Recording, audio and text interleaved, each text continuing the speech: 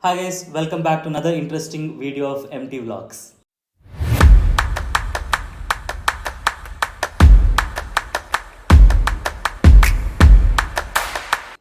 So in this video, I'll talk about another interesting topic, that is documentation. Even if someone is going to a master's through a consultancy or you're applying by yourself, you have to make sure that these documents are ready. So whenever you apply for any countries, it can be a master's or a MBA, even if it is bachelors, right? When you get into the application portal, there will be a section where you need to upload all of your documents. So I would suggest, if you're uploading any of the document, make sure that it is scanned. Make sure that you don't use any kind of application to scan. Make sure that you just go to the Xerox shop and get it scanned. So now I'm going to take you through what are the documents is required to apply for any kind of a program. So you can see on the screen, I have made a separate folder. One is an academic, next is countries, next is IELTS, next passport, projects, SOP and work. So these are the few things which you need to keep in your laptop.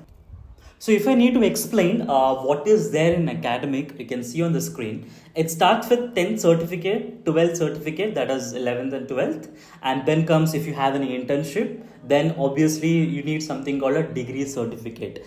And in this degree certificate, you have to make sure that it is completely scanned, and every semester wise mark sheet should be there, and also there should be a consolidated mark sheet should be there. I'll be projecting that consolidated as well as separate mark sheet so that you can have an idea. So apart from that, there is something called LOR academic. That is nothing but you get a letter of recommendation from one of your professors. This is main important, right? So when you apply for any kind of a program, there will be a one section where there will be a giving an option. It's an optional that you can get some kind of a recommendation. So make sure that you don't skip it, because they will make sure that they'll go through each and every content. So I'll be showing you how exactly general LOR looks like.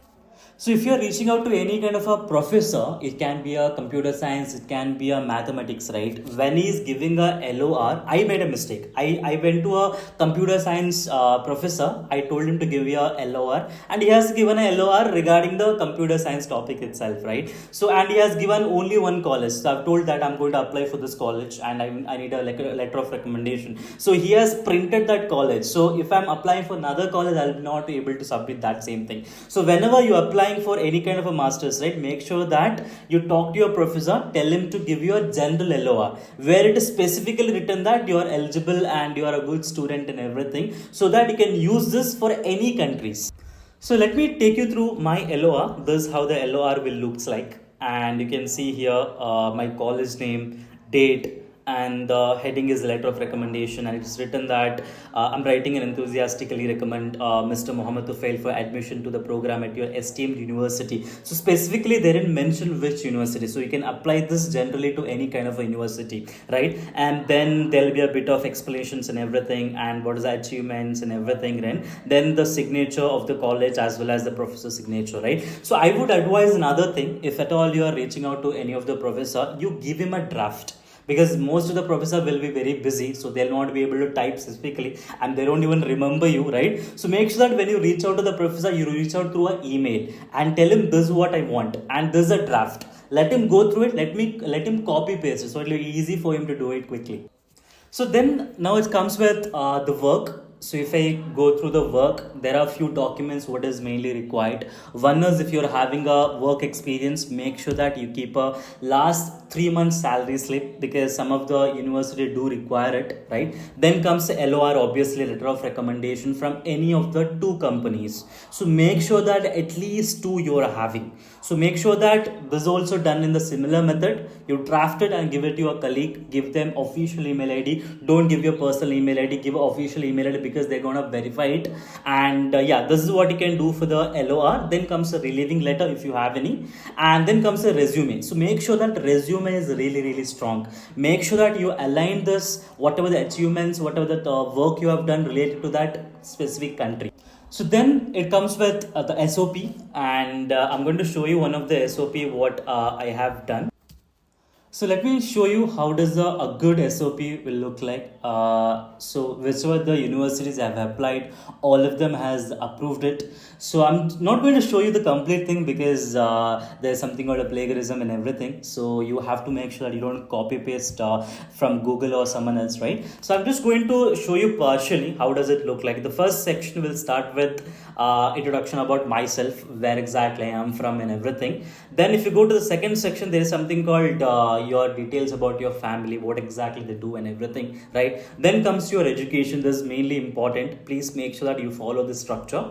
Then comes your university, which university you have studied, what are the topics you have studied, what are the programming language you have studied. If you're applying for the computer science or if you're applying for the MBA, make sure that what exactly you have arranged in your college, if any fest and everything, etc., right? Then comes what exactly you have done after your college. If you have done a work, make sure that you are projecting that work as well.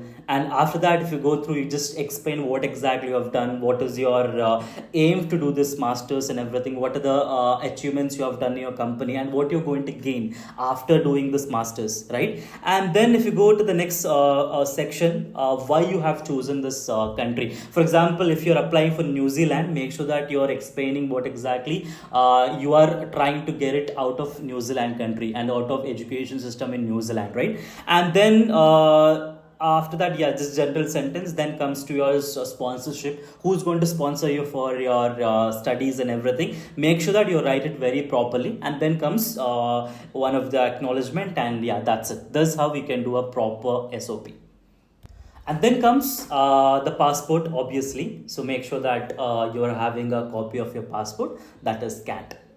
And as I mentioned earlier, there was one section where you can add LOA. Similar, there'll be one section for few of the countries where you can add your projects, right? So I have done the project folder here. If you can see here, in the project, I have done a PPT as well as a report. So make sure that you are having this both the things handy, because once you get selected, some of the countries would like to have a one-on-one with you. They'll have a video session with you. It can be a Zoom or a Google Meet or a Microsoft thing, right? So they will ask you to present that report. So make sure that you're having both this folder handy. Finally, the last folder, that is an important folder, that is to get an eligibility, and so that your document can be verified and you can go to another step. That is nothing but IELTS. So in the IELTS, I'll just show you my score. You can see on the screen I've scored 7.5 band. That is listening I've got 8, reading I've got 8, writing I've got 6.5, and speaking I got 7. So overall it was 7.5, and my CEFR level was C1. And so I've not studied much for IELTS because I mean, we have been speaking English almost more than 5 to 6 years, but again it will be a little difficult for you if you're not having a fluency with English, right? And when I started my IELTS, I think I've prepared only for 15 days, but I've thoroughly prepared and everything, right? Because when you apply for IELTS, you have to pay a fees. It is around approximately 17,000, right? If you're not getting your preferred band, so most of the colleges would prefer at least 6.5 as an overall band, with no band less than 6. So that means every band you have to get minimum 6, 6, 6, and one band you have to get 6.5. So that overall it will become 6.5. And if at all, even if you get 6, you have to give an exam once more. So in the coming video, I'll show you how exactly I've prepared, what are the contents I've used, how I scored 7.5 band in just 15 days. Yeah, I think that's it for this video. This was a kind of a short video because there's nothing much to cover, as this required only the documentation part. So the reason why did I add this video separately is because even when you start applying, right, you'll be like, okay, I'll apply to universities by next week, right? When you start applying, then you'll get to know, oh, I don't have this document, I don't have that document, I've made that mistake, I don't want you to do that same mistake. That is the reason I'm telling you, keep this documents handy even before you're applying to any of the universities. Do the shortlist and everything later, once the document is ready. Once you're sure that yes, I'm going to go for the masters or a bachelor's or a MBA, let me make sure that I'm keeping all this document handy, right? So again, thank you so much for watching. That's it for today, and in the coming video I'll make sure that I'll cover more of the topics into what countries, which countries, what are the program you can apply, and it'll be really going to be an interesting one.